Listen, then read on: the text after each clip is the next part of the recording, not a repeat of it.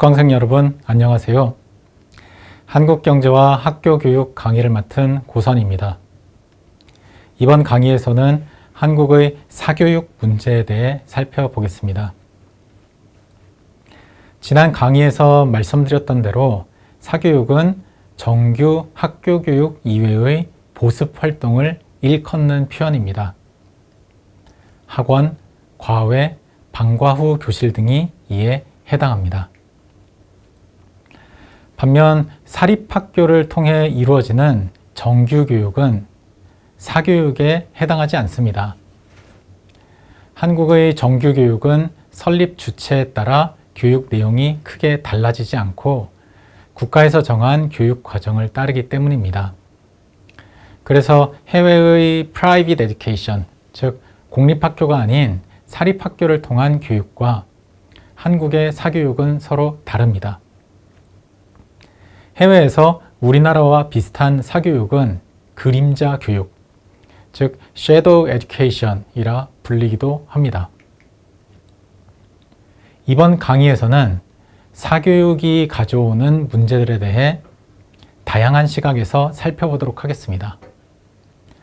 사교육이 사회 문제로 여겨지면서 정부에서는 다양한 정책 대응을 해왔는데 그러한 사례들에 대해서도 살펴보도록 하겠습니다. 우선 사교육이란 무엇이고 어떻게 역사 속에서 진화해 왔는지 이야기해 보겠습니다. 사교육은 솔직히 엄밀하게 정의되지 않은 개념입니다. 여러 학자들은 자신의 연구에서 다양한 형태로 사교육을 정의하고 있는데 그중 공통된 부분을 추려내 보면 다음과 같습니다. 일반적으로 대중이 인식하고 있는 사교육의 개념에도 공통되게 적용되는 사교육의 실체를 구성하는 특징이라고 볼 수 있겠습니다. 먼저 사교육은 유치원부터 초등학교, 중학교, 고등학교는 물론 대학 및 대학원 등 정규 학교 교육 제도 밖에서 이루어집니다. 그리고 많은 경우 정규 학교 교육 과정의 보충 또는 보완을 목적으로 합니다. 사교육은 또한 국민 전체가 아닌 수요자를 대상으로 운영됩니다. 그래서 비용을 개인이 부담하며 보통 이윤 추구를 목적으로 자립 운영됩니다. 이러한 특징이 절대적이지는 않습니다. 예를 들면 방과 후 학교의 경우 사교육의 특성을 지니고 있지만 정규 학교교육 제도의 연장선상에서 진행되고 학교에서 관리, 감독, 운영하며 학교에서 진행합니다. 영어, 수학 등 교과 사교육도 있지만 미술, 피아노, 태권도는 물론 취미 또는 직업교육은 정규 교육과정을 벗어난 내용을 다룹니다. 방과 후 학교는 물론 공공단체 또는 기관에서 사교육을 비영리 프로그램으로 운영하는 경우도 있습니다. 사실 사교육이란 단어 자체도 엄밀하게 정의되지 않은 채 사용되고 과거에는 다른 의미를 지닌 경우도 있었습니다. 과거 사교육은 사립학교 교육과 같은 의미로 사용된 경우가 많습니다. 국가나 공공부문이 아니라 민간, 개인, 기관, 단체에서 설립하여 운영하는 교육을 뜻하고 보통 영어로 private education이라고 칭합니다. 해외에서는 공립학교와 달리 사립학교는 세금 지원을 받지 않는 경우가 많고 또 정부의 통제와 감독 밖에서 자율적으로 운영되기도 하므로 사교육이라는 생각이 언뜻 들기도 합니다. 그런데 한국에서는 사립학교에서 이루어지는 유초중등 교육 역시 공교육으로 구분합니다.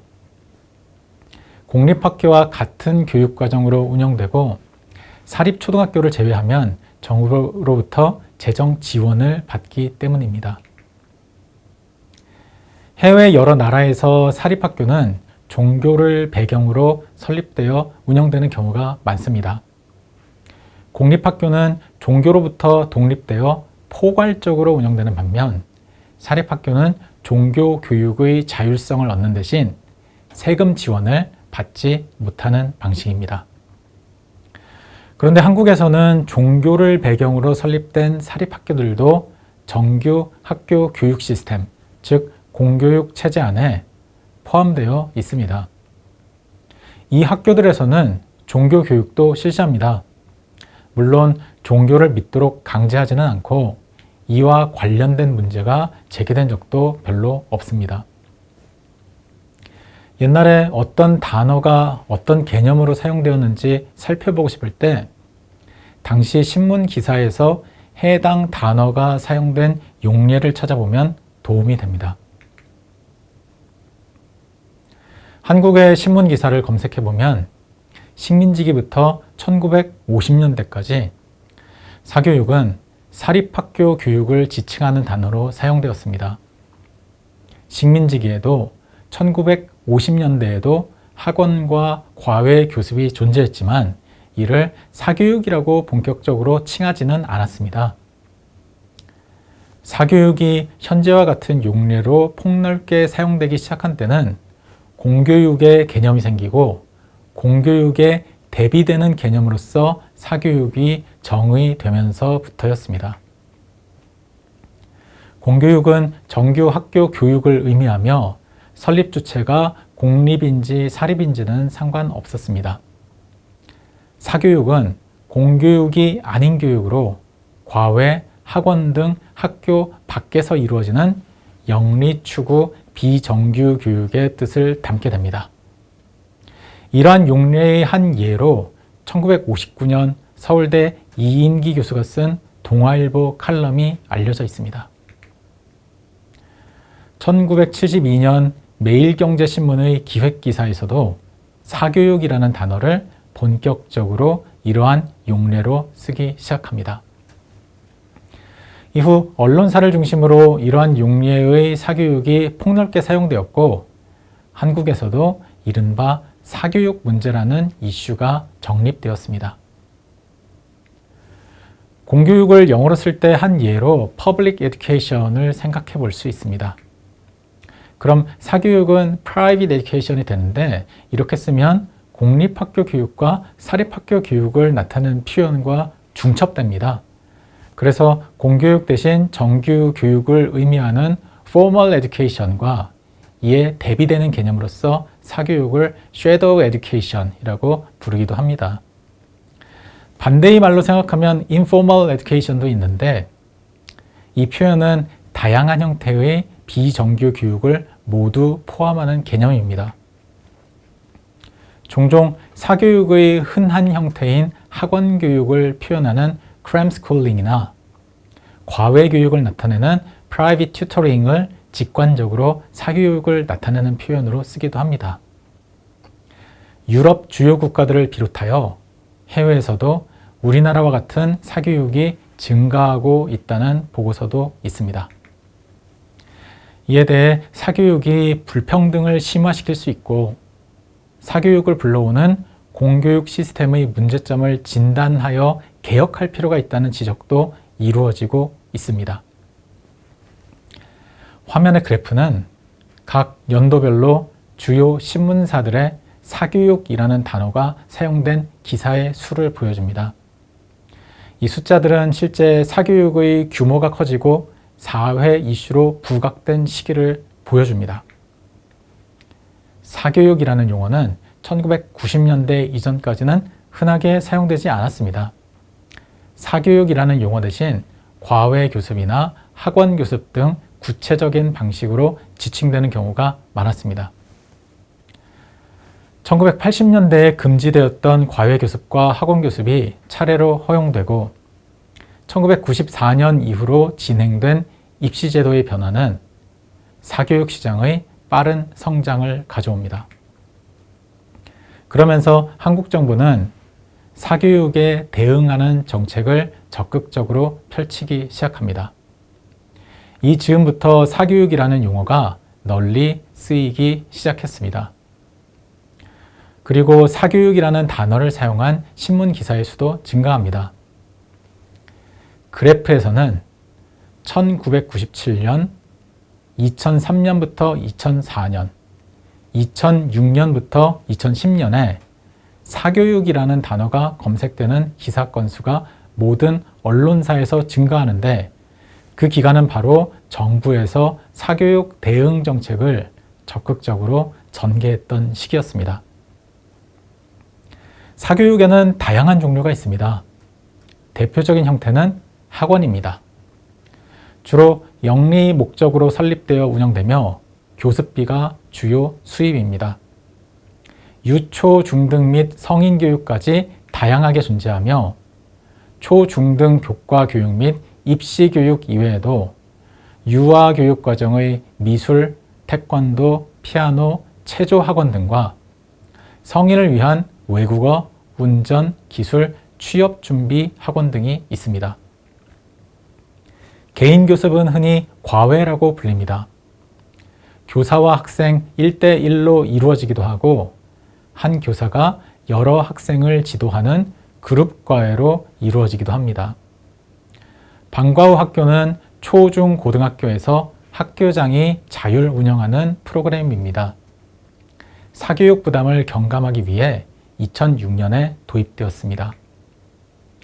교육방송 EBS는 원래 한국방송 KBS의 채널들로 운영되다가 1990년 12월 한국교육개발원 부설로 설립되었고 1997년에 독립기관이 되었습니다. 초, 중, 고 교과 교육을 비롯한 다양한 시청각 교육 프로그램을 제공합니다. 1990년대 후반부터는 사교육 경감 방안으로 교육방송을 적극적으로 활용하는 정책들을 정부에서 펼칩니다. 이외의 여러 평생교육기관과 직업교육기관들도 정규 학교교육의 밖에서 해당 교육을 실시합니다. 직업기술, 국제화, 인문사회, 기회 등의 분야에서 교육 프로그램이 제공됩니다. 이러한 평생교육과 직업교육은 민간기관에서 이루어지기도 하고 공공기관에서 수행하는 경우도 많습니다. 지금까지 사교육이란 무엇인가에 대해 정리해 보았습니다. 사교육은 정규 학교교육에 대치되는 개념으로 학교 밖에서 영리 추구를 목적으로 이루어지는 교육을 보통 의미합니다. 종종 사교육 문제라고 불릴 때는 학원이나 과외 등 학교 밖 초중등 교과 교육으로 한정된 의미를 갖기도 합니다. 이러한 한국의 사교육은 사립학교를 통한 정규 교육과 구분할 필요가 있습니다. 한국의 사립학교들은 정규 학교 교육과정을 국공립학교와 함께 담당하고 있기 때문입니다. 그래서 정규 교육을 공교육이라고 부르며 사립학교를 통한 공교육이 이루어지는 셈입니다. 이를 영어로 번역해 다른 문화권, 다른 교육제도에 익숙한 사람들과 이야기를 나누면 종종 혼란스럽습니다. 그래서 저는 공교육과 사교육이라는 개념어의 사용을 선호하지 않습니다. 하지만 한국 사회에서 사교육이라는 개념은 폭넓게 사용되고 있습니다. 사교육은 최근에 새롭게 생긴 것이 아닙니다. 식민지기에도 학원 과외가 있었다고 합니다. 사교육에 대한 규제도 꾸준히 이루어져 왔습니다. 이제 사교육은 학원, 과외, 방과 후 학교, 교육방송, 그리고 평생 및 직업교육처럼 정규교육 이외의 온갖 교육까지 다양한 종류와 형태를 갖고 있습니다. 다음 시간에는 사교육 대응 정책에 대해 살펴보겠습니다. 감사합니다.